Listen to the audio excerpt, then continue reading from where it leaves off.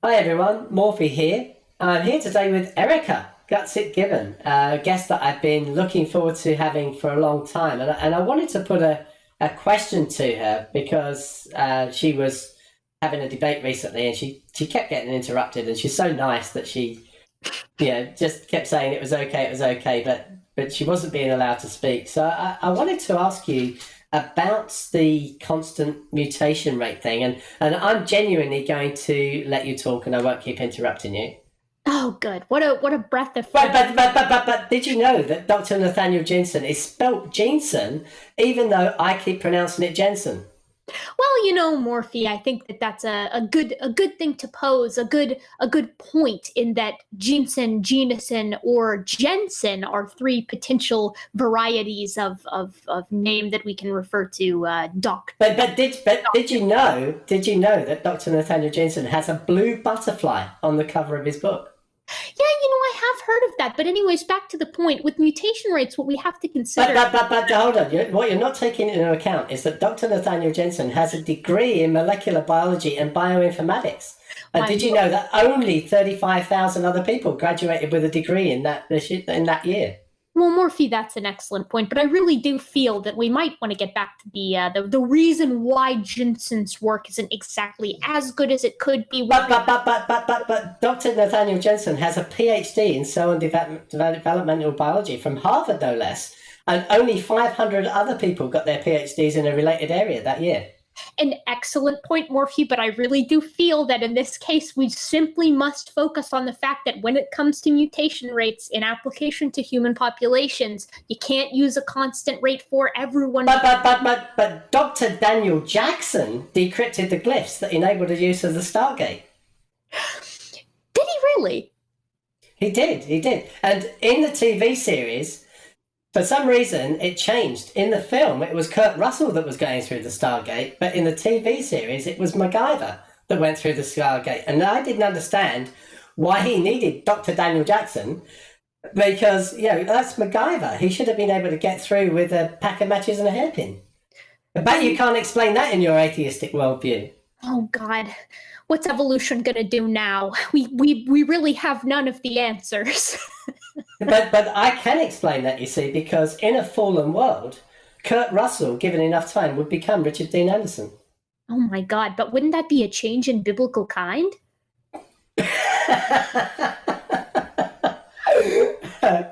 Anyway,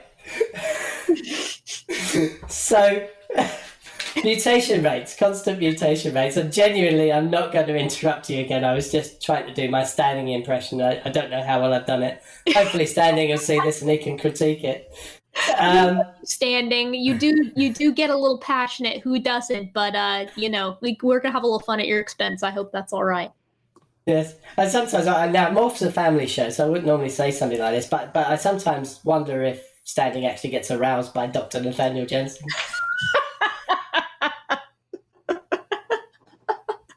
Well, let's make sure it's Standing. If you are seeing this, make sure the wife and the kids are out of the room. We're not trying to blow your cover. We probably should have put that caveat in first before I said that. Oh my gosh. Yeah, I know. Too little, too late. Too little, too late. Oh man. Yeah. Chatting with Standing is a good time. He does really like old Jensen's work. And it's funny that you were harping a bit on how many different ways you can pronounce Nathaniel Jensen's name. And this one always, I find that people get a kick out of this one as well. But Georgia Purdom of Answers in Genesis fame actually has really gone above and beyond with her pronunciation, which is Dr. Genison, which I have no idea how she makes that one happen. But she maybe it used to be Jensen with her, but because of the fall, now it is Genison. It's the only explanation I can think of. Yeah, well, I'm originally from England, and I live in Australia now. Yeah, and lots of people pronounce it Ingerland. England. Oh Yes. my God! And you're just like you're English, so you tut menacingly at them. But often it's England football fans. Oh my gosh! Yeah, it depends on what part of England, I guess. I loved England. I lived there for 8 months this past year, and I loved it. I was just in South London though. I didn't really get much out of the city. I did go to Dorset, which I enjoyed quite a bit as well. Mostly because there's at Charnmouth you can find some pretty cool fossils. Yeah, it's beautiful out there, but I get the feeling that you're deflecting from the mutation rate question that I asked you at the beginning. Oh, Morph, it's because I don't have the answer.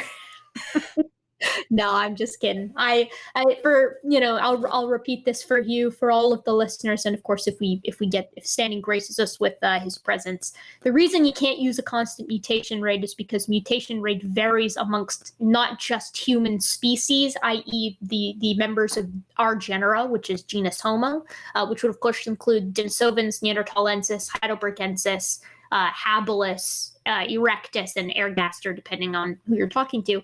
But mutation rates also vary in human populations, which is one of the many reasons why you can't just use a one-size-fits-all mutation rate.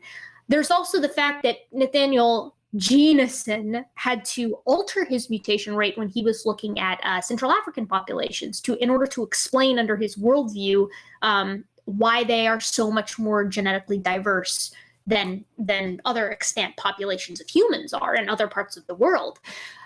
This is like not super complicated genetics stuff. Like, for instance, I don't have a genetics degree. I took genetics in undergrad, and even I was capable of getting that impression from him. Jensen has also been accused with his and now I'm self-conscious about how I'm pronouncing his last name. I keep thinking about it. I'm like, oh my God, am I pulling a Georgia? Am I pulling a Standing? Am I saying it correctly? But yeah, he's been accused as well of using somatic mutations instead of germline mutations, which is going to really, really, really skew how many mutations you're getting, like in the younger direction, by several orders of magnitude. And then the last thing is that he looks at dyads instead of triads. So he's looking at mutation rates between mother to daughter instead of adding in the grandmother, giving you a more solid linear like data set, I guess, if that makes sense. So, Jensen's got a whole host of little bugaboos that he is not really addressing. According to Standing, he's addressed some of them, but I've never actually seen his explanation. Like, all Standing says is he accounted for them. But in Replacing Darwin, the book with the blue butterfly, he most certainly does not mention how he did. At least to my memory. Granted, it's been quite some time since I've read the book or looked over it. My creationist friend had it and recommended it highly, 5 stars on Amazon. Bottom line is, yeah, we're not big Jensen fans in sort of contemporary science. I can only imagine how upset the geneticists are. Like, I'm a primatology student, and he pisses me off. If I was a geneticist, I would be frankly insulted. I just had a thought actually about the Jensen thing, that since it's an A that's causing the problems there, that maybe it's a deletion mutation. Oh my God, it's genetic entropy in action. That's but then with Georgia, she's actually putting an extra A in, so that's an insertion mutation. And here's the interesting bit: does that add information or does it not? I suppose it's where it affects where the next stop codon is, really. Yeah, using linguistic analogy, Georgia has single-handedly proven evolution. Finally. There's a couple of questions actually just popped into my head while you were talking. First of all, about the mutation rates. So Jensen, he actually works for AIG, doesn't he? Oh, big time. Who we know are, producers of, the finest scientific research. Yeah, the real top brass is covering their Answers Research Journal.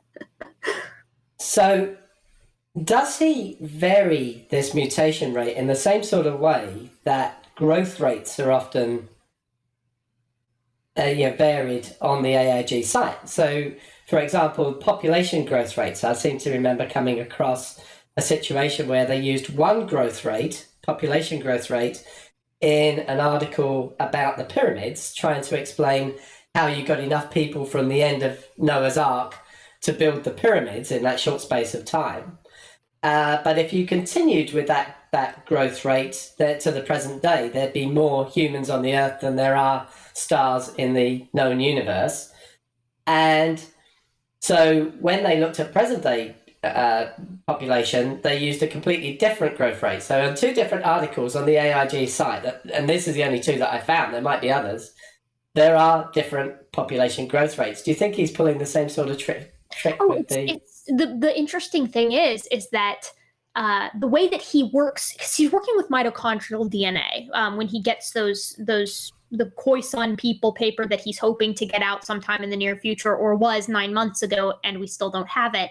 But he applied his general hypothesis with mutation rates to like 7 species, and it only worked for humans and I believe Drosophila, I think, the fruit flies.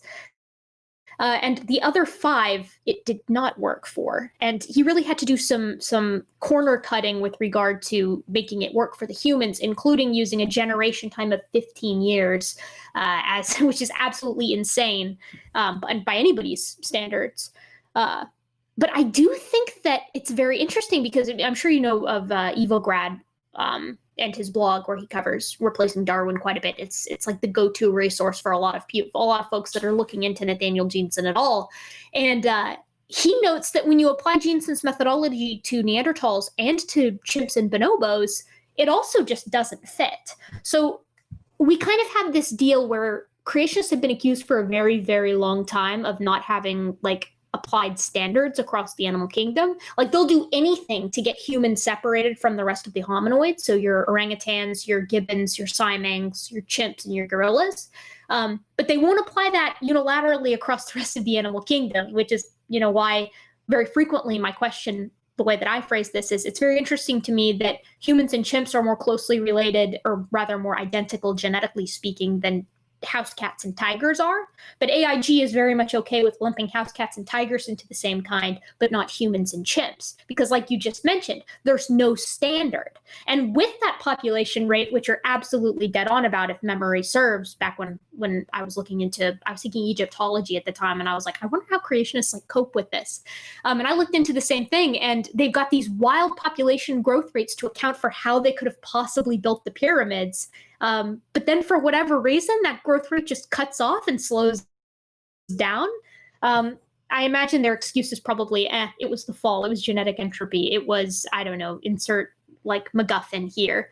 But yeah, I would say that the reason Jeanson hasn't applied this mutation rate that he's acquired for humans, or at least applied this methodology to obtain that mutation rate to many other species, is because when he does, and when he did just to 7, it didn't work out too well for him. And his answer was pretty much like, well, it doesn't work for me, but using my methodology, evolution also doesn't account for it. And it's like, yeah, of course it doesn't account for it if you're like absolutely miscarrying the mutation process, how we obtain those mutation rates. And his reasoning, I kid you not, Morphe, this is the wildest thing you'll hear all day. His reasoning for why he uses a constant mutation rate for humans, and indeed for all of the organisms that he's looking at to try and fit them into that 6,000 year time frame, is that astrophysicists get to do it for speed of light, and geologists get to do it for rocks, like for radiometric decay. So why can't we do it for mutations?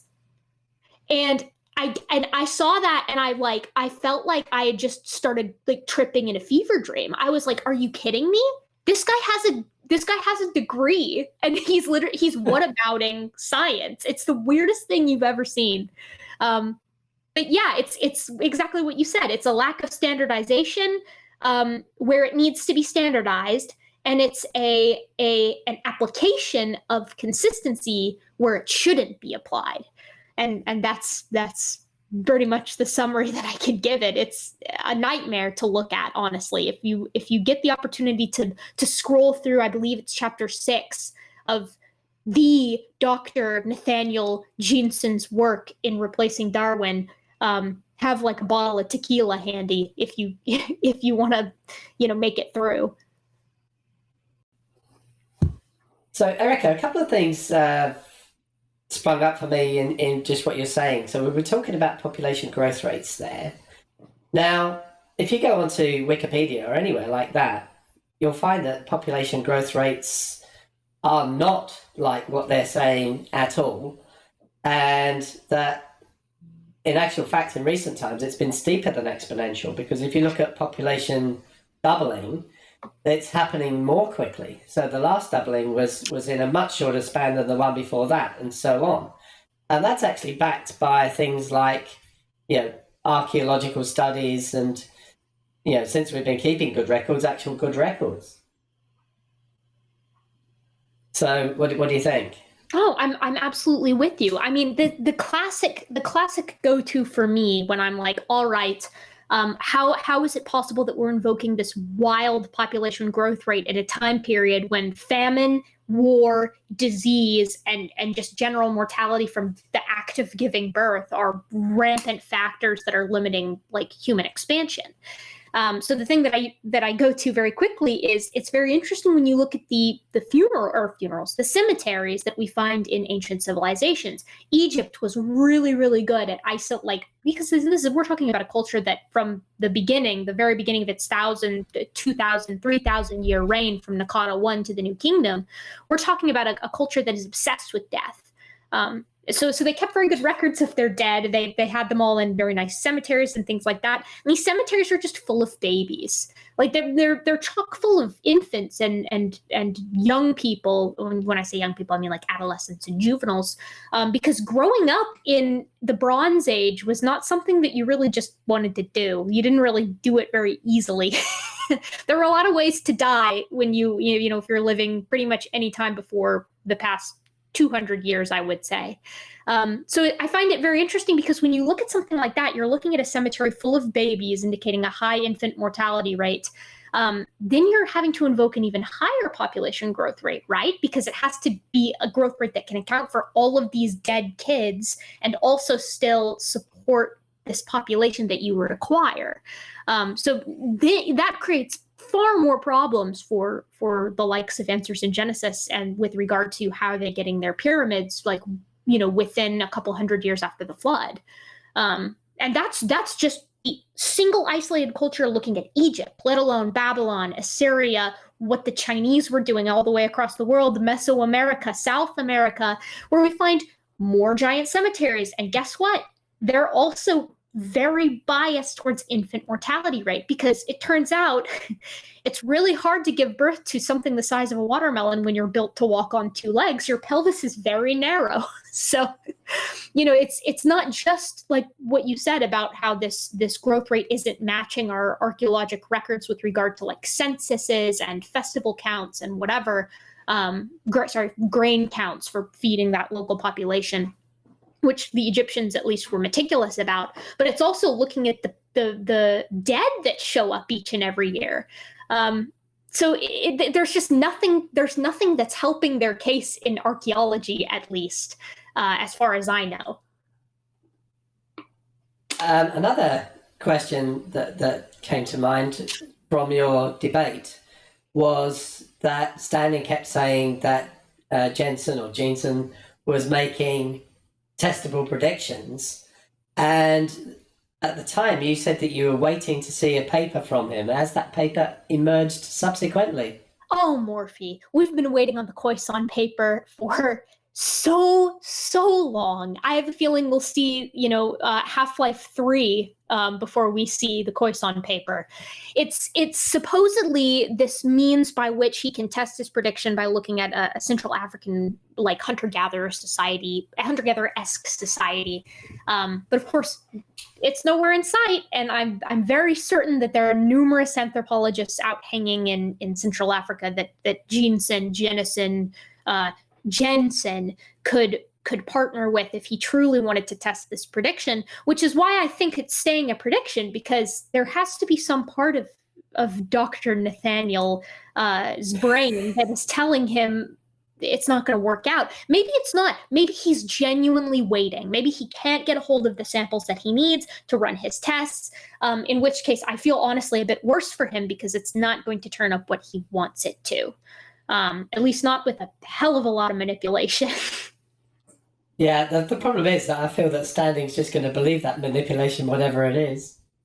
That might be the case too, but the thing is there's only when we're very lucky when it comes to numbers, there's only so much manipulation you can do working within that time frame. I mean, creationists are really screwed with the fact that they've got 6,000 years, give or take 4,000, or rather give 4,000, 6 to 10,000 years. That's not a lot of time, and it's especially not a lot of time when we're looking at genetics and mutation rates, and it's especially not a lot of time when we're looking at radioactive decay.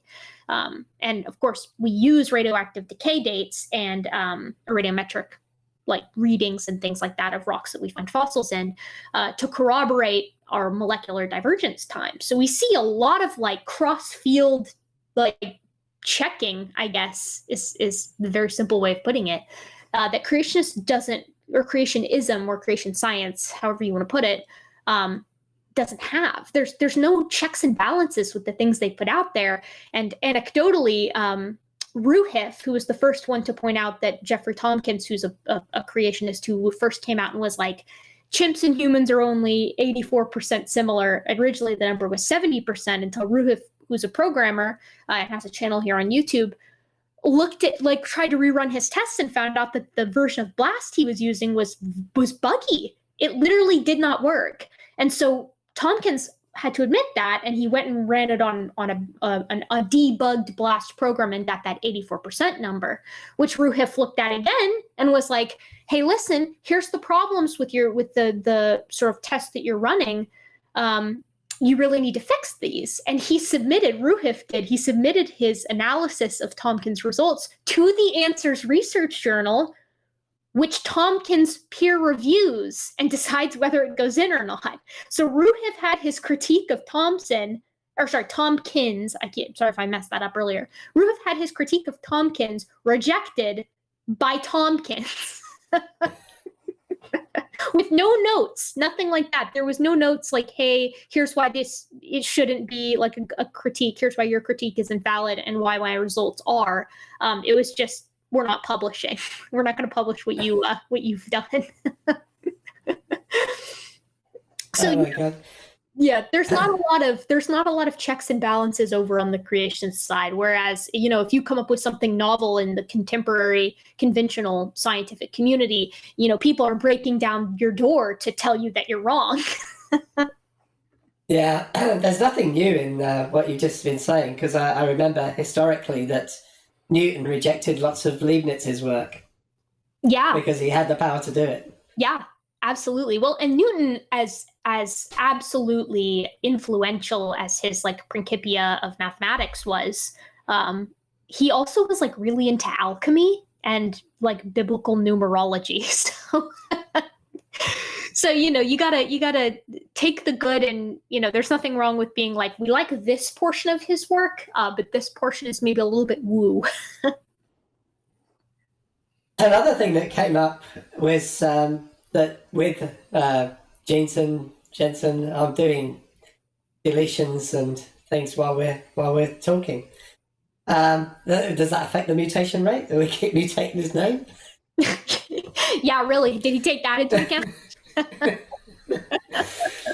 So in the debate, it came out that mitochondrial Eve has been dated to 6,000 years ago. Y chromosome Adam 4,500 years ago.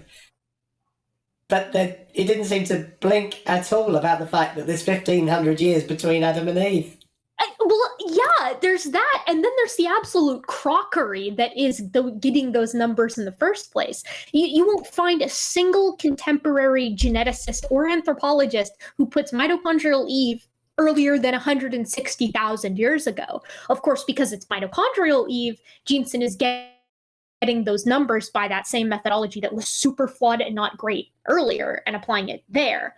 With Y chromosomal Adam, and I've talked to Standing for Truth about this myself. I've mentioned it before, and I've made a video for him about it. But with regard to the Y chromosome and why the human Y chromosome is so divergent from the chimpanzees, it's actually a very interesting story, because the human Y chromosome is not the diverged one here. It's not the unique one out of the great apes. It's the chimp that is the odd man out with the hypermutated Y chromosome, which is why the human Y chromosome actually shares a lot in common with the gorilla Y chromosome.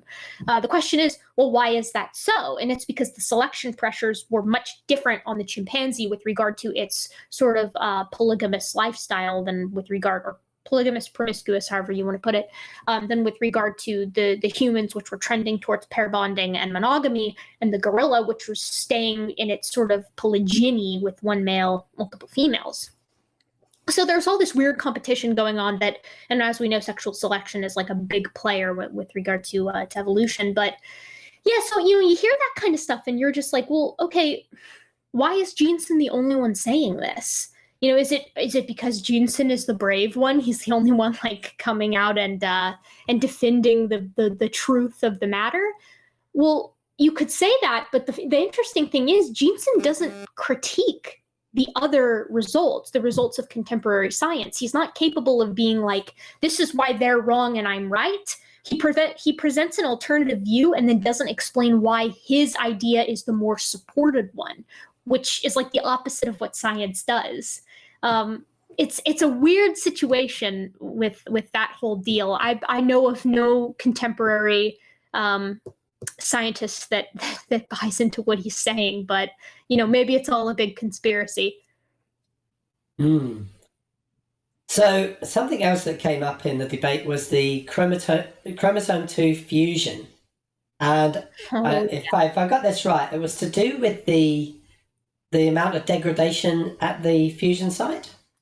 There are a couple of different ones they knock around, honestly, Morphy. There's a bunch of different crockery style reasons that creationists want to reject the fusion of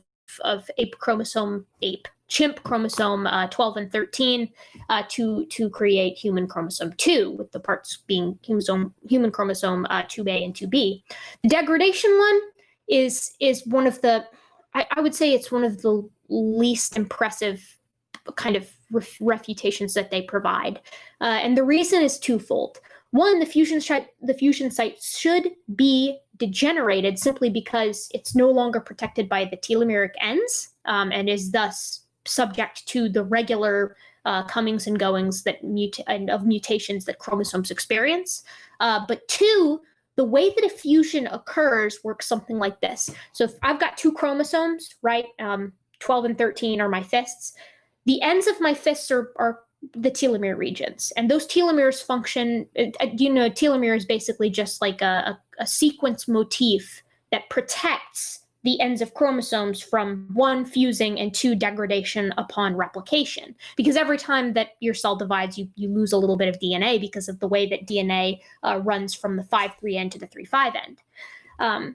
So the thing is if the telomeres were pristine, that would be an argument against telomeric fusion, because that's not something that we really see happening. That's to even have a fusion occur, you have to have those telomeric ends be absent, reduced, or malfunctioning. And the interesting thing is the way that a chromosome looks with the telomeres at the end and then the regular genetic material. Between the telomere and the regular genetic material, you have what's called a subtelomeric region. And that's full of, see if you can guess, it's degenerate telomeric sequences. So if you have a fusion, then what you basically have is two unprotected chromosomal tips where the only thing that's showing at the ends are degenerate telomeric sequences that are part of the subtelomeric region. You see what I mean? So it's precisely what's expected upon a telomere-telomere head-to-head fusion. And it's also what we saw when we looked at other organisms that have this kind of chromosomal fusion in both the equids and pigs. So, it's kind of business as usual. It's very weird to me that they like to bring up these things that are supposed refutations of chromosome 2, and then they end up just supporting the very thing that they're supposed to deny. You know what I mean? I get what you mean. I think that they rely, and I think that this is fairly reliable, on the people that follow them not actually going and doing the necessary reading to find out what the problem is with what they're saying. Yeah. So it sounds intelligent. They're kind of, wearing a lab coat, even if they're not actually wearing a lab coat when they say these things. And so the point. So they just say these things to people, and I guess people like Standing, and he just takes that as, gospel. I'm using the word gospel there in colloquial English because I know how unreliable the gospels themselves actually are. But but so they just take it as gospel and just go with it without actually looking into the actual science behind it.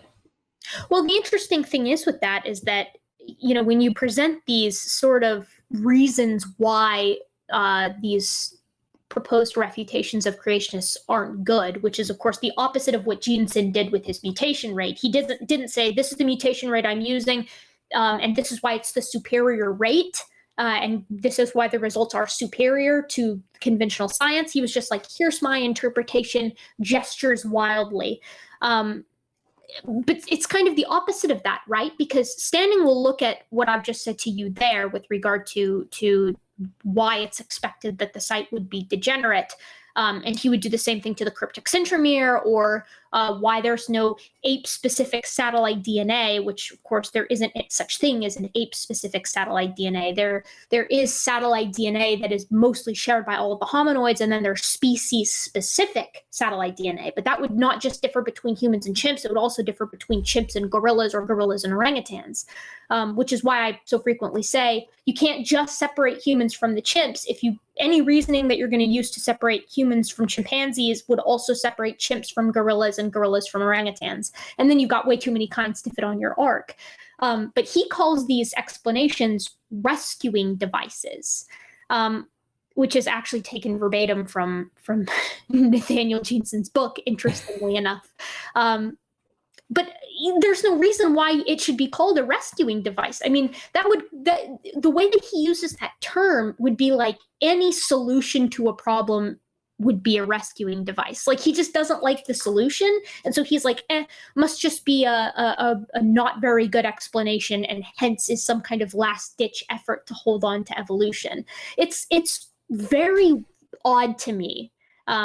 Because for me, if I was looking at a solution to a problem, in order for me to call it a rescuing device, it would have to be inadequate. You know what I mean? It would have to be an inadequate explanation to a problem that is, asserted as a very good solution. But that's not what we have here. We have answers that fit the data.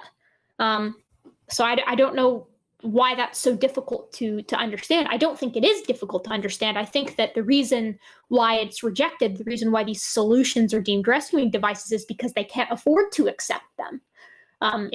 If they do, I mean, if they were to accept the human chromosome fusion, the only reason they rail against it so hard, even though they'll be the first ones to tell you it occurred in the human lineage and thus has no bearing on our descent from ape-like ancestors, it's because it's a prediction that evolution made. It's a prediction that came true. They don't want that. They don't like that. That bothers them immensely.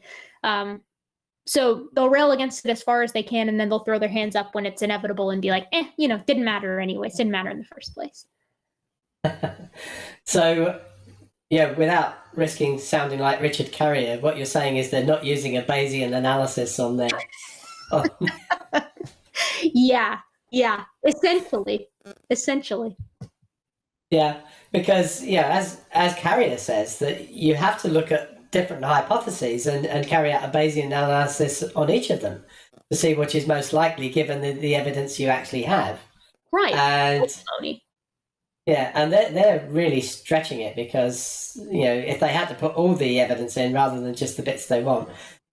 Just coming back to the constant rate that he uses, and Standing mentioned that the FBI are using it at the moment, but I'm wondering if, how when you do those experiments at school where you have wires and elastic, and you hang different weights on them, and you measure the extension against the weight that you put on. Right.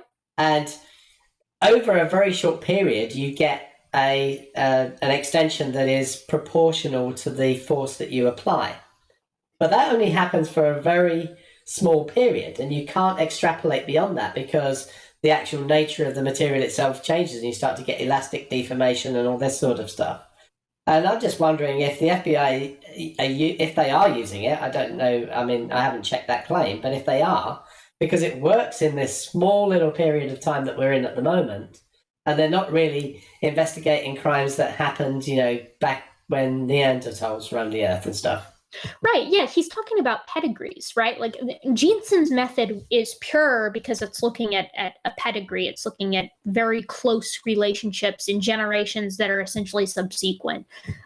So he's not really considering all of the genetic support that things like the hominid slowdown hypothesis has, or, the long-term studies on how mutation has kind of changed through time.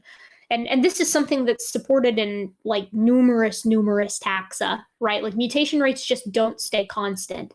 And I've never heard guys like Jensen. I think you're exactly right, by the way. I think that it does work, right? His methodology, because it's working in pedigrees and working in with 2 or 3 subsequent generations, I think that's why it probably works. The problem is you can't take that and apply it like backwards indefinitely, because things just do change. I mean, and that's why Jensen had to be like, well, evolutionists do that with, they say that, decay rates are constant, so we can do this with mutation. It's like, it doesn't work like that. There's a reason why we say that decay rates are constant. And part of that is that we've never, even with our absolute best effort, firing, electromagnetic waves, or, using chemicals or extreme heat or extreme cold, we can't really like change the decay rate. You know what I mean? No matter how hard we try. Same with the speed of light. We can't alter it. It's just not something we can do. But you can change the mutation rate. That's something we're capable of doing. It's something we know that happens, and it's something that we know is not rare. You see what I mean? So there's no reason to suspect that it would be constant in the same way that those other two things are and have been shown to be. And in fact, quite the opposite. There's evidence to the contrary, that mutation rates are not constant and constantly change in subtle ways through time, depending on the taxa. So you're right, it works in the time. I haven't actually looked into that claim very much because it didn't bother me. Whether it's true or false has no bearing on my point, which is that through time is when we see problems. And the cool thing is we can look at the DNA that we have from Denisovans and Neanderthals, or ghost lineages in our family tree, and see how that hashes out. And it all supports the hominid slowdown hypothesis. That's the cool part. So yeah, that whole thing was, I mean, if I had to describe that statement by standing, I would say it's inconsequential to the point. Yeah.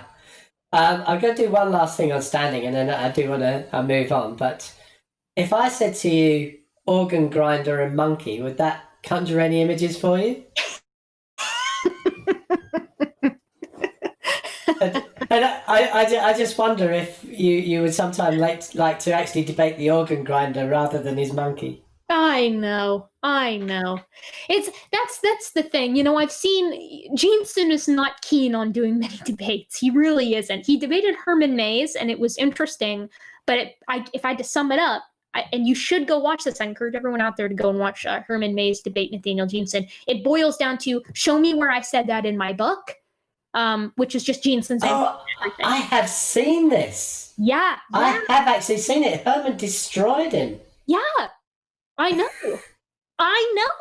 That's the most irritating thing. And Jensen will hardly come out. I mean, the AIG won't trot him out to do any more debates. And the annoying thing about that is AIG has all the rights to that debate too. So it's like, cool. That's the only way. They're not going to risk their name being soiled for anything less than, sufficient fundage.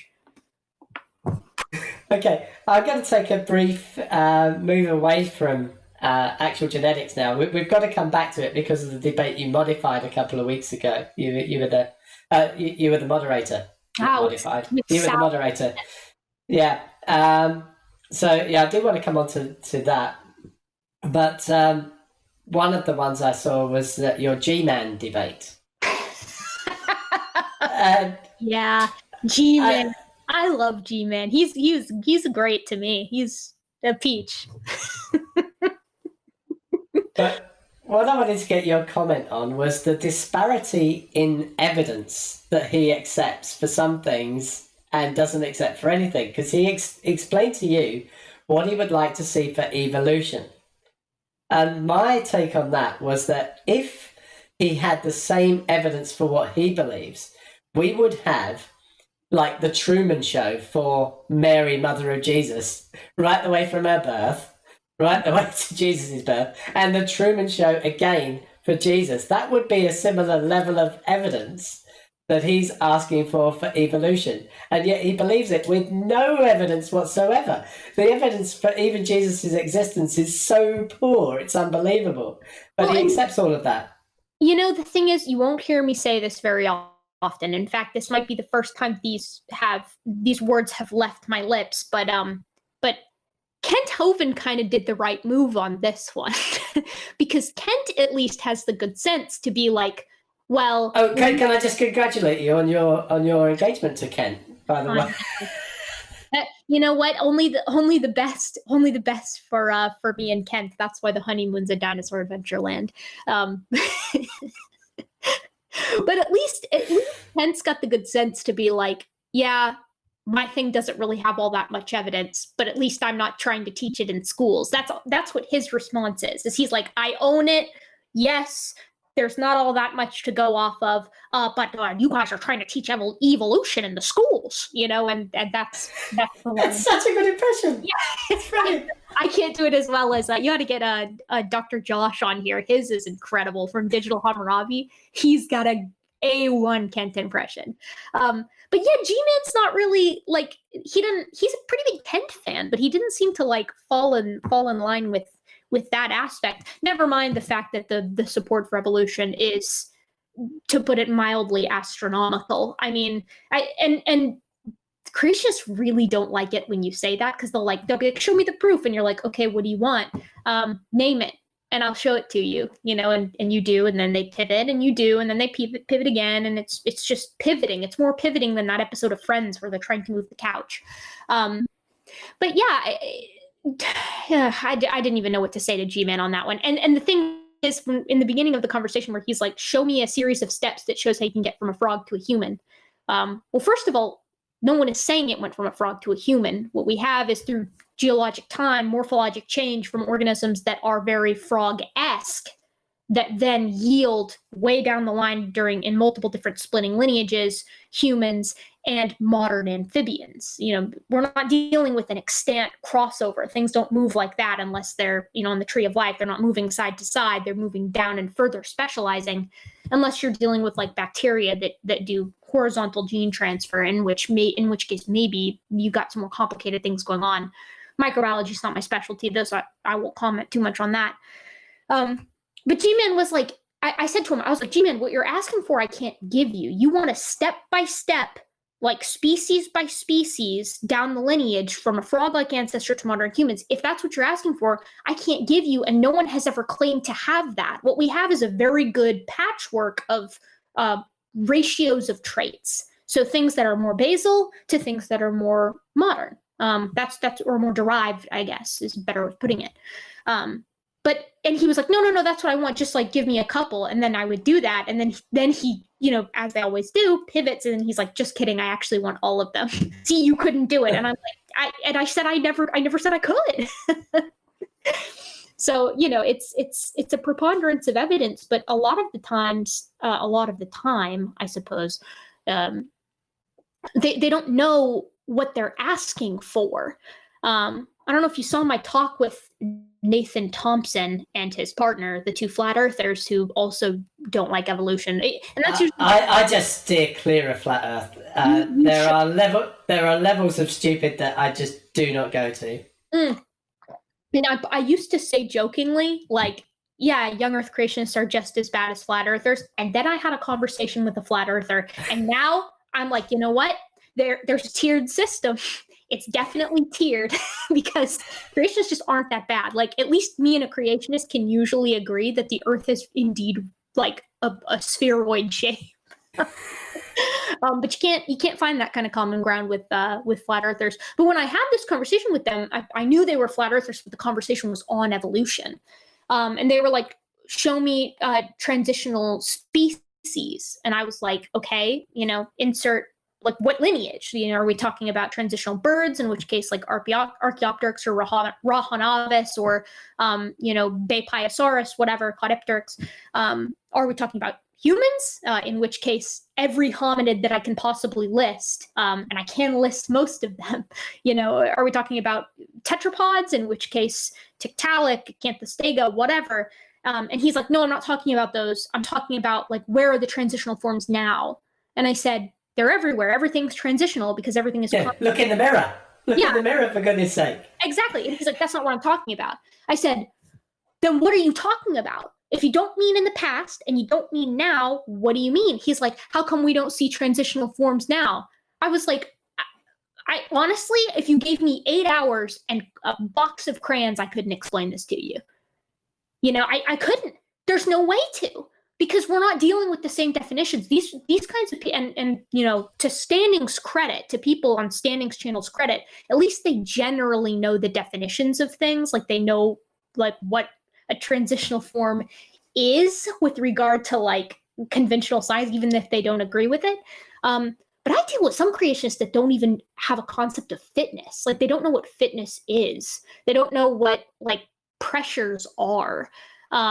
They genuinely think, and I've said this before to others, but it's like they genuinely think that scientists like eyeball something and then they're like, yeah, that looks like it's probably a human ancestor, and that's the end of it. Like, it's insane. It's insane.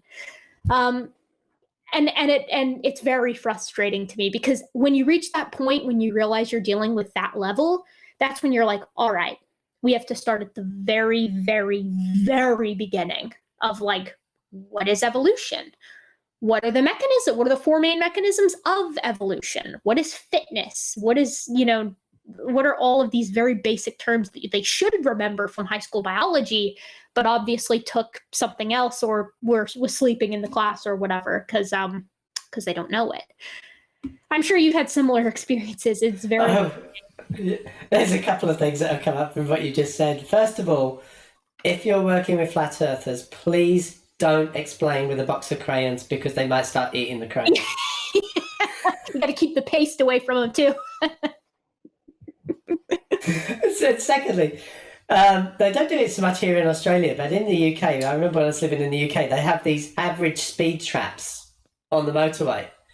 So you go through a gate and then it's timing your distance to the next gate. I know they do this a lot in France. Okay. And I'm driving along, and I never speed, so I'm driving along, granddad style, about 5 miles an hour below the speed limit, as I do, or kilometers now. I'm in Australia, and you see these people, and you're coming up to one of the gates, and they're coming along like this, and then they slow down with the gate, and you just say, why are you slowing down for that camera? It's just timed your distance over the last, however many miles you've done. Did you miss the whole of averages when you were at school? Yeah, it's insane. It's insane. These are basic concepts. Oh my God, that's probably how my landlord got it. My landlord, and when I was living in the UK, got a ticket for speeding, and he was like, I'm gonna contest this. He was mad about it and all this stuff, and I was kind of like, I don't know that you can do that. I don't know that you can do that, given how they like catch you in the UK. And I mean, we're still using radar guns for the most part in the United States. So it's just beggars belief. Coming back to Standing, if he's actually watching this, probably has stopped watching long ago. But I just did want to say this. What gets me with people like Standing, and there's one or two others that I've come across, is they come across to me. I know we've been having some fun at his expense, but they come across to me as intelligent people. Oh yeah, who have just got this really bad idea and are just wasting their time going down completely the wrong path. And how many of those people are actually out there? There's no doubt from his credentials that Dr. Nathaniel Jensen is actually, a smart guy. Oh, yeah. He went to Harvard. He got a PhD from Harvard. He's a smart guy. But for some reason, he's totally deluded. I'm saying he's a smart guy, but there's obviously, when you move into those sort of circles, because my own experience going through uni was I was actually top graduate in my year. Then I moved to postgraduate, and all of a sudden I found myself somewhat more mediocre. And as you move up the levels, you become more mediocre. So he's obviously a smart guy. He's got a PhD from Harvard, but lots of other people have as well. So amongst, where does he actually fit in that hierarchy? And so you get that situation. But Standing's a smart guy, and I feel that if he was actually working on the right things, like a lot of other of these smart people who are working on the wrong things and working with the wrong, with misapprehensions about what reality actually is, how much more progress could we make if all of these smart people were working in the correct direction? Oh my gosh, yes. And that's why I do what I do on YouTube, because they're so, like I said, I was getting coffee with this creationist friend of mine. The guy was smart, man. Like he could have been out there doing some really awesome stuff. But he was very much married to this idea of young earth creationism. And I think smart people, sometimes more than those who are, I guess, of more like average intelligence, are more likely to fall victim to this kind of thing, because once they convince themselves into that position, they're intelligent enough to filter their evidence, I guess, in ways that are only going to continuously reaffirm them. And the thing is evidence is kind of a weird term, right? I think evidence is almost the bad term. It's almost not the right word to use, because data is what we look at, right? Data has an interpretation, of course, but raw data is not something that you really do anything to interpret. It just is or it isn't. It supports one thing or it supports another thing, or does require an interpretation because it could support both, I guess. But by and large, most of the time, it tends to be pretty open and shut. And so I hate to see that, though, because you're right. All these people, there are tons of people out there who could really be doing some awesome science, and they have a lot of passion for it. But they're not, because they've kind of picked their position first, and now they're making sure all the work that they do can do nothing but support it. And that sucks. That really sucks. Yeah. But just returning for one last comment on the G-Man thing, the evidence he was asking you for was clearly he wanted a documentary film. He wanted David Attenborough to go back to when there were single-celled organisms and document the whole thing right the way through. And yet, if you look at what he believes, what do they have? They've got no contemporary accounts. Gospels written many, many years after by anonymous authors, clearly containing lots and lots of, what's the word for it, elements of fiction, and especially fiction that was prevalent in the day in that region of the world. You've got two forgeries in Josephus that mention Jesus. Well, no, there's one forgery, isn't there? The Testimonium. And there's a mention of Jesus, son of Damnius, who somehow they managed to squeeze that in as their Jesus. And there's just no evidence whatsoever for any of it. It's just absolute rubbish. And yeah, he believes that. The thing that gets me on that too is that like you mentioned earlier, there's a lack of standardization for sure. That's kind of rough. But there's also this weird deal where it's like there are so many different denominations based off of that supposition that you just mentioned of these events happening just as they said, and all of the denominations have their own little tweaks on interpretations. So you have a denomination based off of a tweak of an interpretation of a collection of data that's not really saying what they think it says. And they think of the hundreds of thousands of denominations rooted in one of thousands of different ways to interpret said data, that they are the only ones with the accurate information and interpretation. And that's kind of odd to me too, because I've got nothing against, religion really. Like I myself am agnostic, I guess, agnostic atheist, whatever. I don't know the terminology super well, but like I don't have anything against any of that. But to be honest, it wasn't the science that made me move that direction.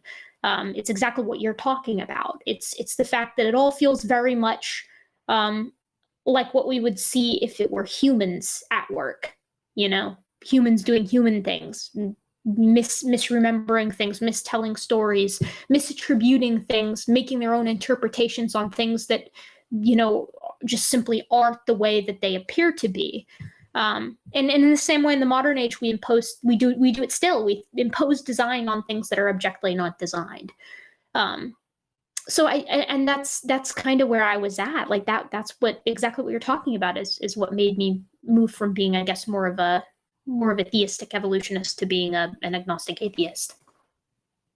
You mentioned design there, and it's one of my big bugbears at the moment, something that drives me nuts when I hear people talk about design, and the number of phone calls that the Atheist Experience and Talk Heathen have had about design in the last few weeks drives me absolutely nuts. They go on about all these physical constants of the universe that have to be within a certain parameters, and the setup of our solar system, and having a big planet like Jupiter that mops up a lot of the debris, like this big cosmic vacuum cleaner that sweeps up a lot of the debris that would otherwise come and hit us, and the size of the moon, and causing the tides and all this sort of stuff.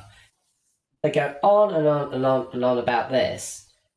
And so it's like everything needs an explanation. Every single thing needs an explanation. But hold on. My God, who designed all of this, requires no explanation whatsoever. It's just this enormous case, well, first of all, of argument from ignorance, because we have a sample size for the universe of 1, so we don't know if any of those constants could have been any other way.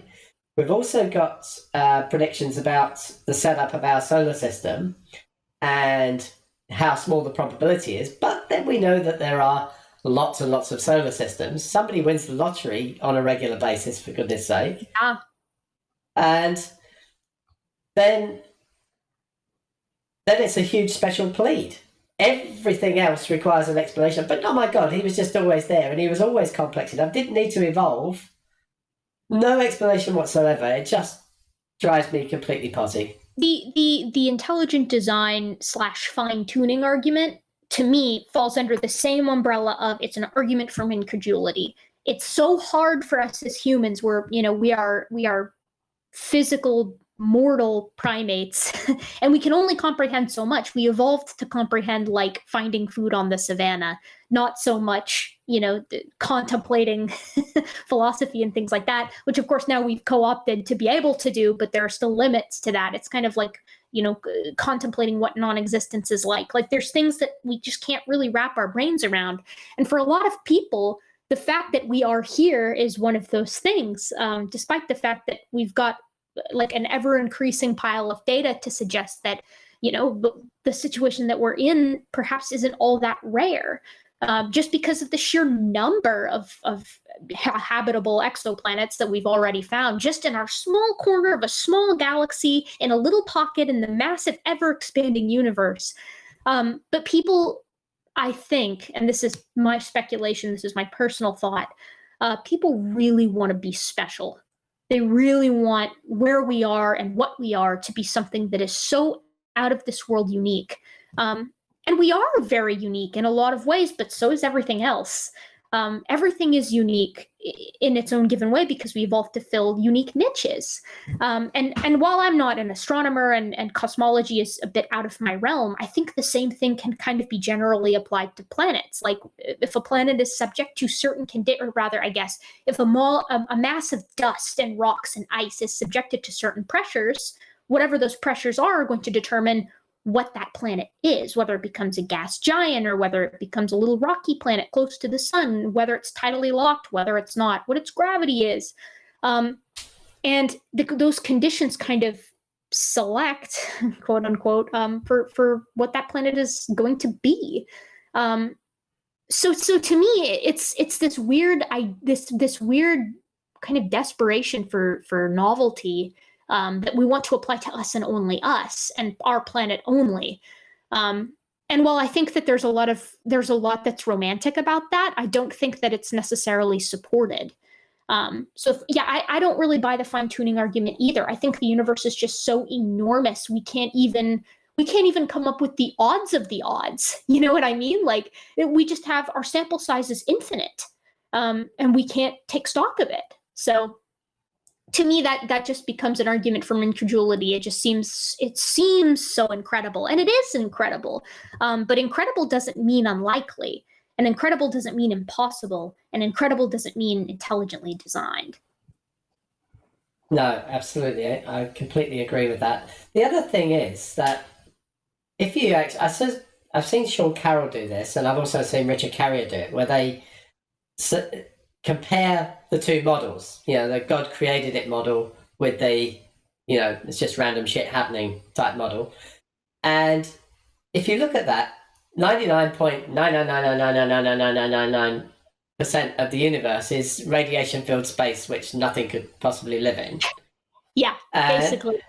And so we've got this one small pocket here, but it's even more than that. And both Sean and Richard, when I've seen them do this, leave this bit out. That the early Earth, when the first microorganisms came about, we couldn't have lived then because there was no oxygen in the atmosphere. That came about through, a bacteria that produce oxygen. Mm-hmm. And I'm wondering, when it is in our history that species like ourselves could actually have existed, because I've heard that the oxygen concentration was much, much higher at certain times in the past, and how we would have fared with breathing more oxygen all the time. But even if you look into the future, life like us is not going to be able to exist on this planet, certainly in 1 billion years' time, because of the sun's increasing intensity.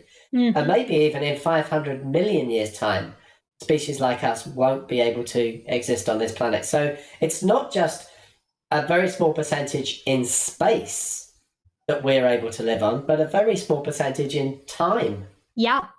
Well, and the interesting thing about that, because I was thinking the same thing when you were just kind of beginning your sentence, I was like, I wonder if we're going to consider time. And you're right, on Earth, like, life has a very small window comparatively, even smaller still for our kind of macroscopic, multicellular, complex life.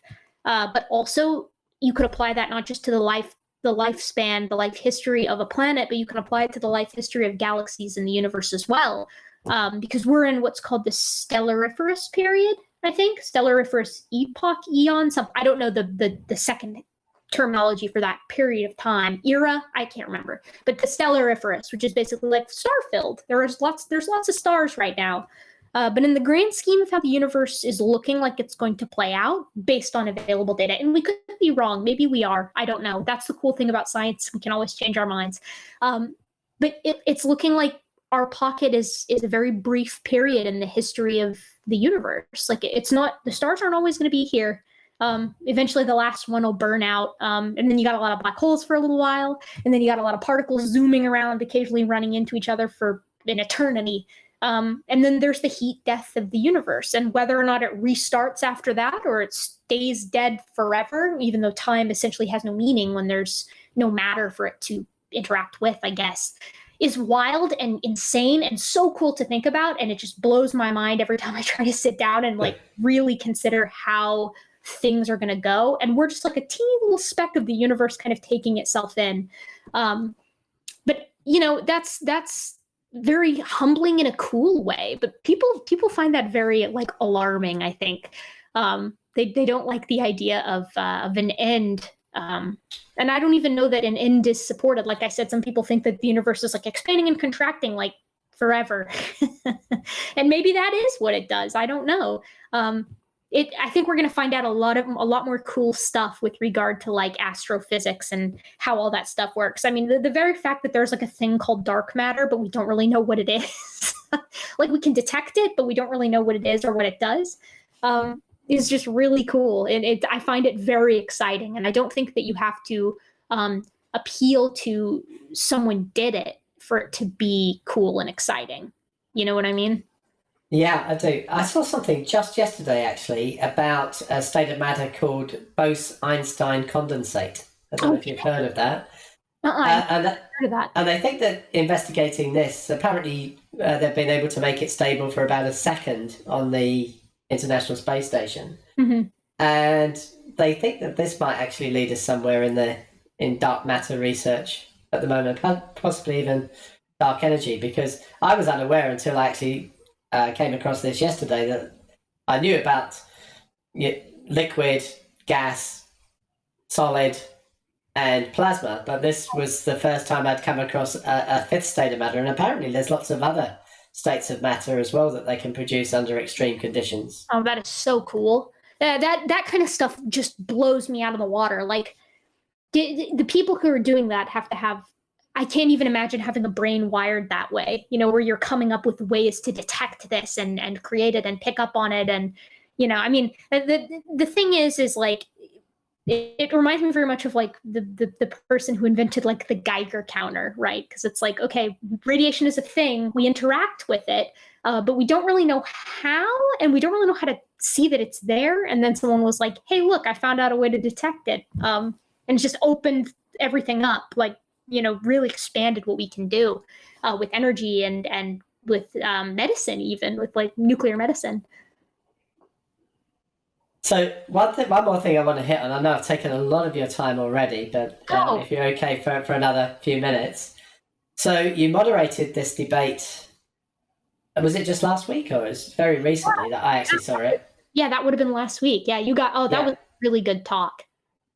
And again, it was somebody who's a creationist, Sal, Mhm. who's very well credentialed, and he was up against Dr. Dan, and they were talking a lot about genetic entropy. Now, I don't know anything about genetic entropy, so I wonder if you could give me a 101. Yeah, absolutely. Yeah, so genetic entropy is this creationist concept. Sometimes it's proposed by the ID community, where it's basically like all organisms accumulate these near neutral deleterious mutations, and that those mutations build up in an organism over time because they're not selected against for whatever reason, and then that organism will experience sort of a degradation of their genome because of it. And essentially eventually go extinct. The destination for all of the species that are undergoing genetic entropy, which to a creationist is everything, because genetic entropy is a post-fall phenomenon, like the fall of man, that everything is slowly becoming worse and going extinct because of the weight of sin on the world. Now, Sorry, I'm not sure if my microphone picked up my eye roll there when you said fallen world, but yeah, I know, and that's the thing. Like, so the way that fitness works, so like all fitness is it's an organism's ability to like reproduce the most. It's an organism's capacity to progenate the next generation. So the thing is about like mutation, right? Especially like single nucleotide mutation is like, let's say I have my A turn into a G. One of my nucleotide bases goes from A to G. Or rather, I guess from A to let's I think it would be, I mean, I know it's AT and then GC, but I think the way the genetic entropy would work is that it would have to be from, yeah, so it'd go from A to a T. If it mutates again, the only way for it to go is to go back to an A, right? Like really and truly. So the thing is that these semi neutral, near neutral deleterious mutations simply can't be not acted upon by natural selection, because either something is more fit or it's less fit. Those are the only two options. It's either not harming the organism and thus can accumulate, and eventually like spread out amongst the population, and then that's essentially going to be selected against the second it starts impacting fitness, which means it's going away. Or it's selected against right away, in which case it's going away, or it doesn't actually harm fitness, in which case it's not selected against and doesn't go away, but doesn't harm fitness down the line. You see what I mean? So there's no concept where this works. The conventional scientific term for it is error catastrophe, because essentially scientists were like, geneticists were like, is it possible that we can have mutations that build up over time and then all of a sudden, boom, activate and kill everything, essentially? And they tested it with H1N1. You ought to get Dan to come on here and talk about H1N1 specifically, because he knows that inside and out. But the bottom line is they have to redefine fitness in order to make this work. Because if fitness is what it means, what it has always meant in conventional science, which is one's ability to progenate the next generation, then the second something harms fitness, it's being selected against. There is no way for some mutation to occur that is bad for fitness and not be selected against when it happens. Because by definition, if it's harming fitness, it's harming the ability for itself to be passed on. You know what I mean? So, and that was what Dan was saying. He was like, yeah, look, this doesn't work. It's not something that can happen, which is why, if you'll remember for that debate at the very end, they argued, what is fitness? Because Sal was arguing that fitness isn't what fitness actually is and has always been. You know, their hypothesis only works if they change the definition. So yeah, that's it. Did all that make sense, I guess? Did I explain that okay? Yeah, it does. There was something else that Sal said in his opening as well. There was a little qualifier that he put in there. Mm-hmm. And he said something, I can't remember the exact wording, and I don't want to get it totally wrong, but he said something about looking at human beings now. It was like present day type of thing. Mm-hmm. And if you think about it, with our technology and our ability to treat people who have got all sorts of genetic problems and so on and so forth, and just basically the way we live and the way we have control over our environment, I would say that we're not being subject to as many selective pressures as we were in the past. Oh, you're absolutely right. 100% you're right.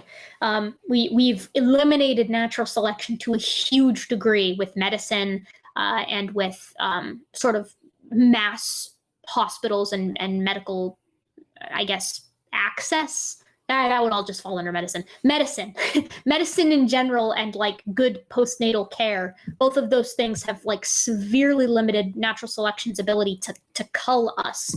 And I mean, that's not a bad thing. I don't think it's a bad thing that less people suffer, and that the people who do are born with genetic issues or diseases or pathology affects them later in life can live and have prosperous lives despite being afflicted with those kinds of things. That's a great thing. One of the traits of humans, one of the traits of higher primates in general, is that we're capable of high levels of empathy and taking care of one another to a much greater degree than other mammals, which cetaceans kind of do to a degree as well. But the question would be, with all of that, right? If genetic entropy is truly a thing that is as a result of like a biblical fall, then it should impact all organisms equally, or at least in some way.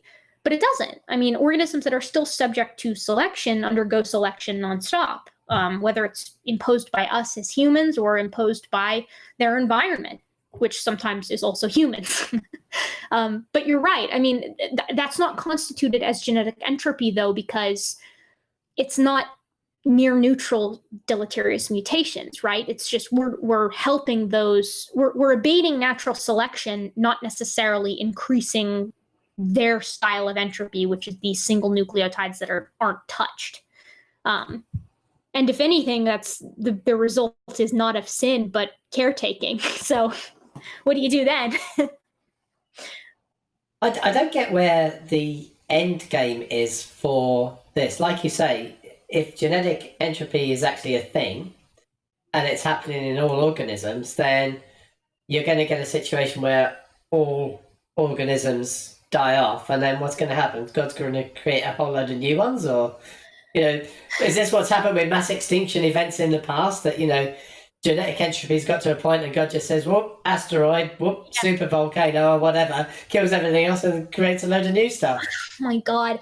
And the thing is, that would make more sense, right? Like, it would make more sense if that's what was being proposed.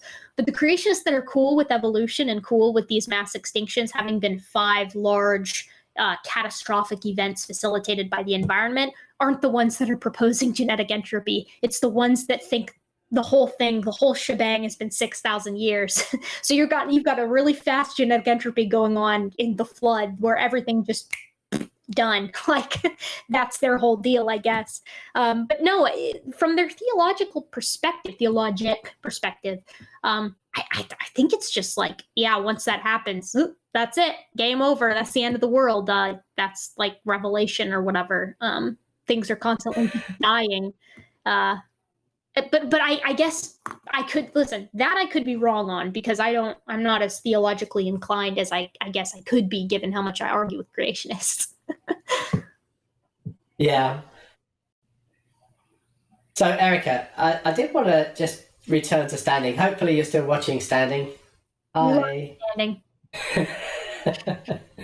So, it seemed to me that because you've had a few discussions with him, and that he always seems to be avoiding your speciality, and it reminded me very much of. I don't know if you ever saw that video with PZ Myers being approached by a creationist apologist type outside of a conference, and when they asked him about evolution thing, he said, "Well, I'm an embryologist. What do you want to discuss?" And they changed it and started talking about astronomy or something like that.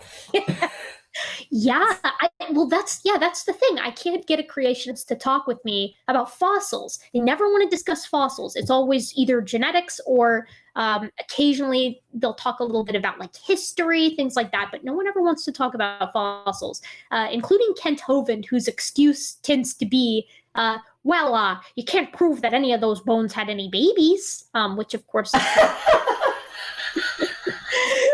Which, of course, is ridiculous because, golly, if you find a fossil, it's a part of a population. Like the idea that there are just like one-offs running around, and then considering how difficult it is for things to fossilize, that one organism just managed to be super unlucky and fossilize, and then we find them and we're like, wow, this is really great. Also, not even touching on the fact that we have, of almost every hominid on the record, multiple species and specimens of them.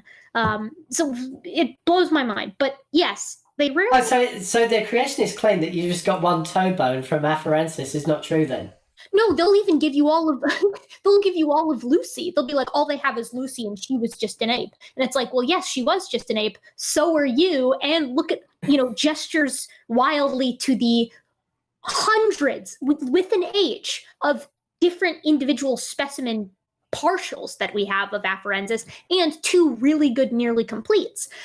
So that kind of stuff absolutely drives me bonkers because it's just like, it's such a blatant disregard for taphonomy and like paleontology in general. Like these, but mind you, these are the same people who, when we find a new dinosaur, they're like, proving yet again that Noah could have fit all the dinosaurs on the ark because it's a small dinosaur. And then you're like, okay, like, all right. But anyways, I digress. Yes, Standing doesn't want to talk about fossils with me. He always begins his presentations by being like, the truth is in the genetics, which isn't always wise, but we always end up talking genetics, and he won't chat about fossils.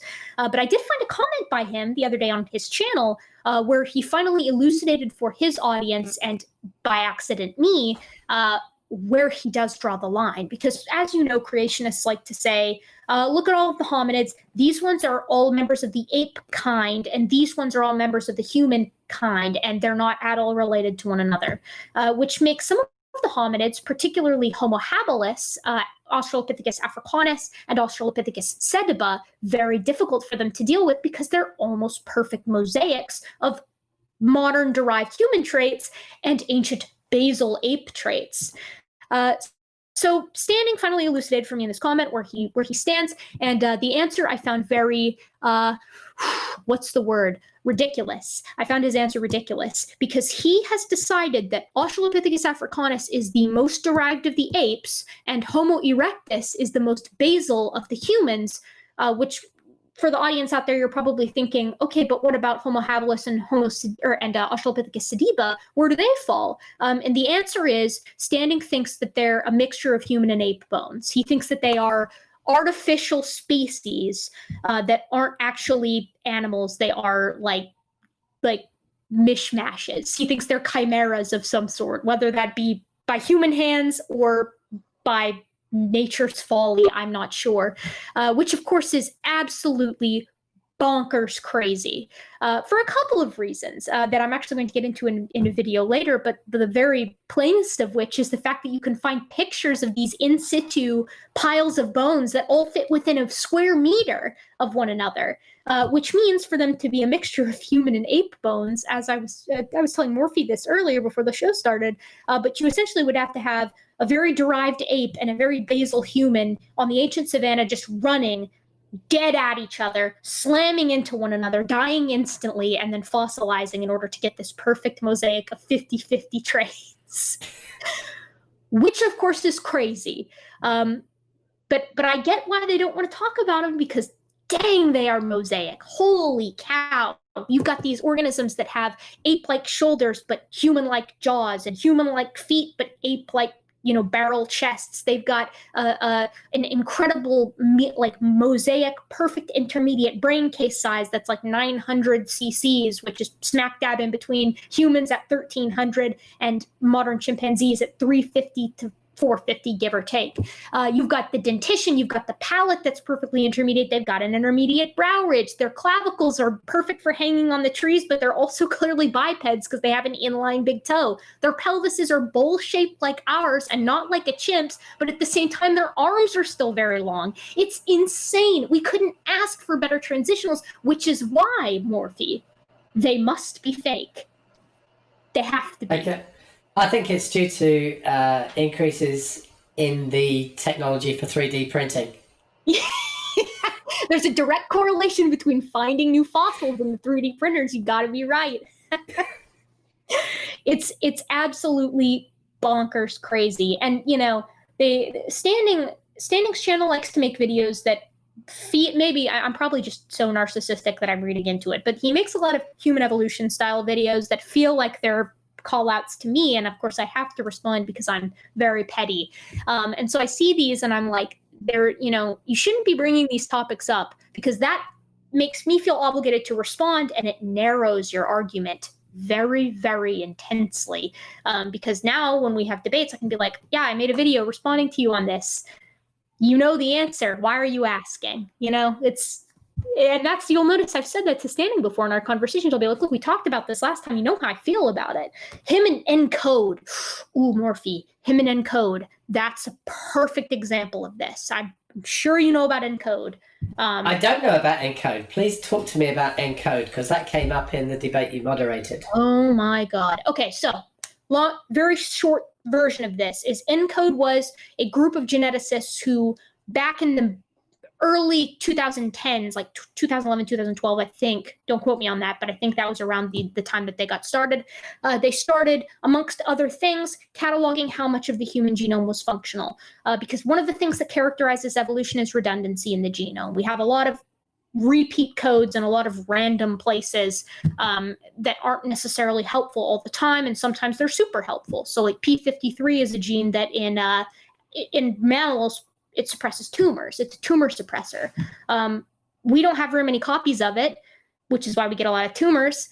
Elephants don't get a lot of tumors, and they have 53 copies, or 53, something along those lines. They have a lot of copies. So the question is, okay, well, if things are designed, then shouldn't most of the human genome be functional, and shouldn't most of it help us instead of doing nothing? So ENCODE came out, and they were like, they're not a creationist organization. They're conventional science. And they were like, yeah, it looks like the genome's 80% functional. And the genetics community was like, what? What do you mean it's 80% functional? Let me see that. They look at the paper and they're like, okay, well, here's the problem. The definition of function is, in the ENCODE project, the most broad that it had ever been in any genetics project to my knowledge. Their definition of function wasn't the typical definition, which is impacts phenotype. Their definition was, is transcribed. So basically, most parts of the genome, right? Because it's the genome, right? So a couple of geneticists were like, this is ridiculous, and called ENCODE out on it. And ENCODE, many of the researchers who worked for ENCODE was like, yeah, look, we know it's a very broad definition, and we probably shouldn't have used that broad of a definition for functional. So a lot of them recanted that definition. But further than that, Grauer et al., who was this, Grauer and his company, I guess, so just Grauer in 2017, really dug in at ENCODE and was like, here's why their definition of functional is bad. And also, no, when we use the definition of functional that has always been used by geneticists, which is impacts the phenotype, we have about a 10 to 12% functionality rate. And this has been contested by other geneticists, but Graer also proposed that due to how population genetics works, there's actually a cap on how functional the human genome even could be at around 25%. And some other geneticists who are also conventional have been like, I don't know that you can necessarily put a cap on it, but you're still definitely right on the percent that is currently considered functional, which is around 10 to 12%. So Standing, in his second debate with me, and I bring this one up all the time because it pisses me off, he was like, look at the ENCODE project. They discovered that the human genome is 80% functional and that it's probably going to continue trending towards functionality. And when I debated Standing on this, it was 2020. And I said to Standing, no, because this paper by Graer et al. Came out in 2017. ENCODE came out much earlier. So it's not trending towards functionality. In fact, the genetics community has by and large rejected ENCODE's definition of functional and put a new cap on it. So no, it's not trending towards functionality. They're not going to continue finding functions, but he keeps asserting that one, ENCODE was correct in their definition, and two, that we keep finding functions for junk DNA, both of which are just incorrect. Factually, both of those things are wrong. We don't keep finding functions for all of the ERVs or all of the junk DNA. We find functions for some, and others we say, they're definitively useless. They don't do anything. So it's just a gross misrepresentation of the work that the ENCODE scientists did because of their comments since then, but also on the state of the scientific community. They're 8 years late on this. The creationists are 8 years late. They're behind, and they refuse to catch up. So that's the ENCODE summary for you. So they're more up to date than Kent Hovind, though, because some of his slides are like 40, 50 years old. But it's not that difficult. I just want to make sure I understand this. You're talking about the difference between functional versus transcribed. Yes. And I'm presuming that transcribed just means that if you've got somewhere in the genome, it doesn't affect the phenotype, but if you've got a start codon somewhere and an end codon a bit later on, then there's every chance that will be transcribed for a protein, if provided it's not, epigenetically silenced by methylating or something like that. Right. So the long and short of it is essentially what you're saying is correct. So biochemically, most of the genome is biochemically active, right? It has to be to replicate. But when we look at what is functional and what is not, for instance, there are a lot of there are several genes that act in development, for instance, in cetaceans, so like dolphins. They have genes in their development that cause them to develop limb buds, like hind limb buds, which of course dolphins don't have hind flippers, they just have the front too. But they have genes that code for that, and then those genes are silenced, they turn off. So that would be considered, like, that does impact phenotype. That would be considered like a functional gene, even though it's like left over, right? But there are further genes still that are silenced before they're ever turned on. So they're transcribed, but they don't impact the phenotype. You see what I mean? Like they're replicated with everything else, but they don't do anything. They don't impact how we look or how we behave to our knowledge. And it's the same concept with ERVs. They have to ascribe function to viral elements that don't do anything or even actively harm us. But yes, functional has always had one definition in genetics: impacts phenotype. ENCODE comes along and says 80% of the genome is functional. Everyone is like, what? And then they look at their definition for function and they say, oh, wait, that's not correct. And that's not a viable means of defining it. Something that the ENCODE researchers copped to.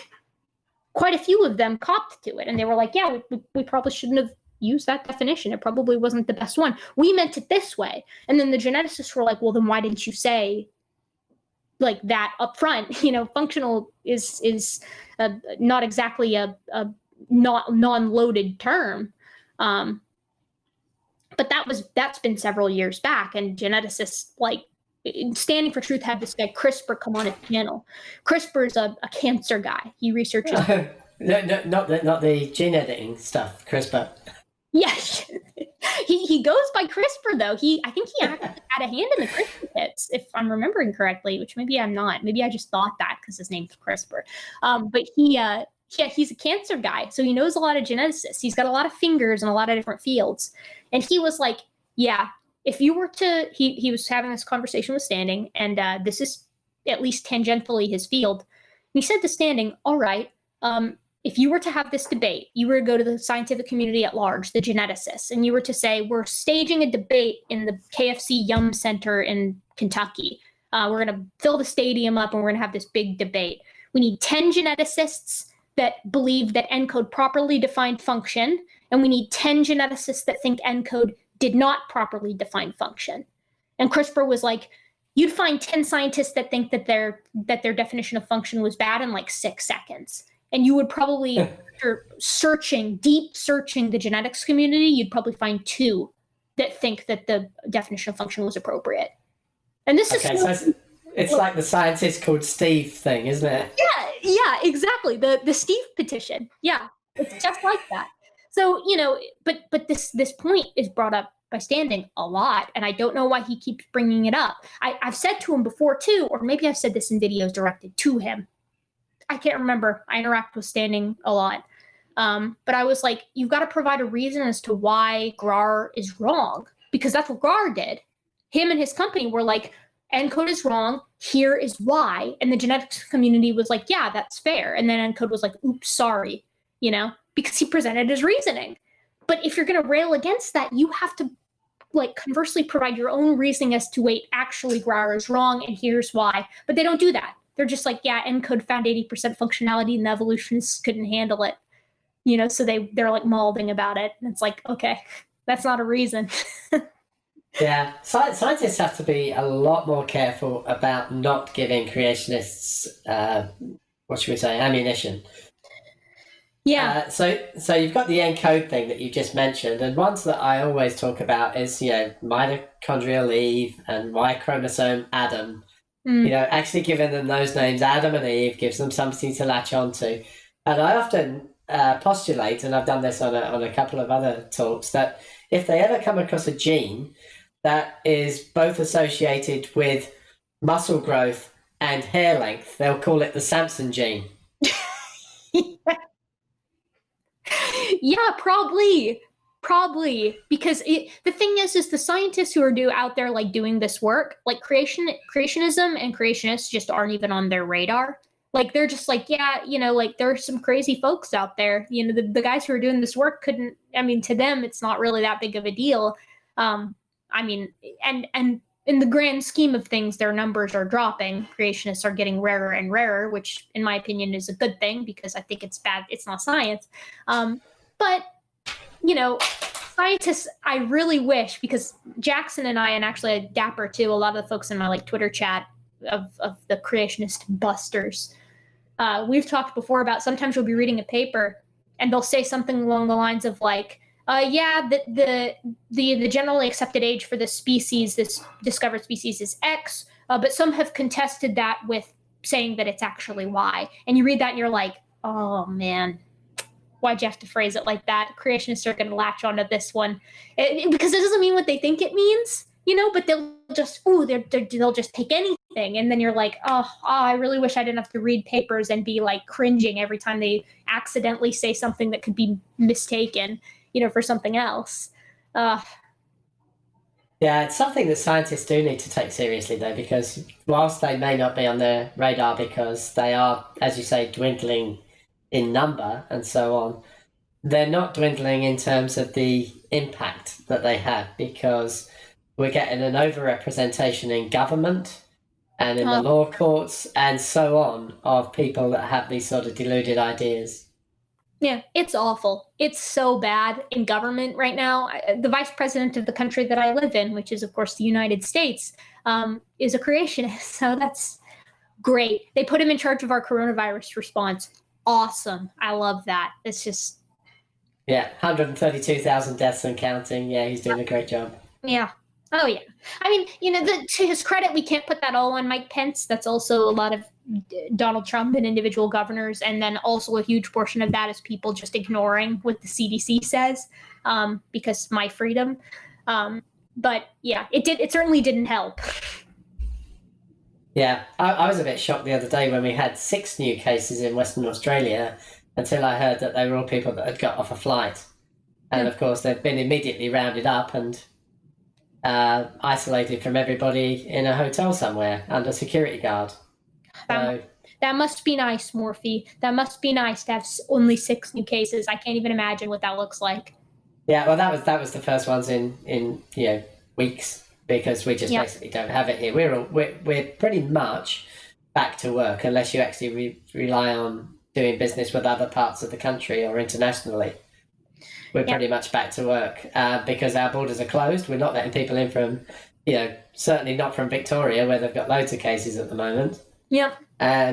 But Western Australia is vast. It's huge, and we've just got our borders closed. You can't really get to Perth unless you're prepared to drive for days or take a flight. So, and we've got people at the borders, so we're not letting people in. That's the way you ought to play it. I mean, like I said, I lived in the UK for about 8 months and made a bunch of friends in the UK, made some friends that were in the UK going to school who were from Italy and France. And we're all still friends. We're all still in a group chat, obviously, because they're my colleagues. They're writing their theses as well right now. So we message on WhatsApp and things like that. And the other day, we were talking and I was like, you know what? Like it was when Europe was considering like barring American tourists from coming in. I was like, good, keep us out. Don't let us in. Don't let us in. We will bring the virus with us. I promise. And plus the United States did the same thing to Europe when Europe had a ton of cases. The US was like, sorry, no Europe, no Europeans. And it's like, okay, well, you get what you pay for. Yeah, absolutely. And it just seems to be getting worse and worse because they keep releasing restrictions too early and so on. Whereas here it's being monitored, and if we've released them, they'll just go straight back to where we were. But schools are back and things like that here in WA. So that's what we need here. We just need people to like take it seriously for a couple months, instead of just. I mean, I get it. Like small businesses suffer, and that sucks.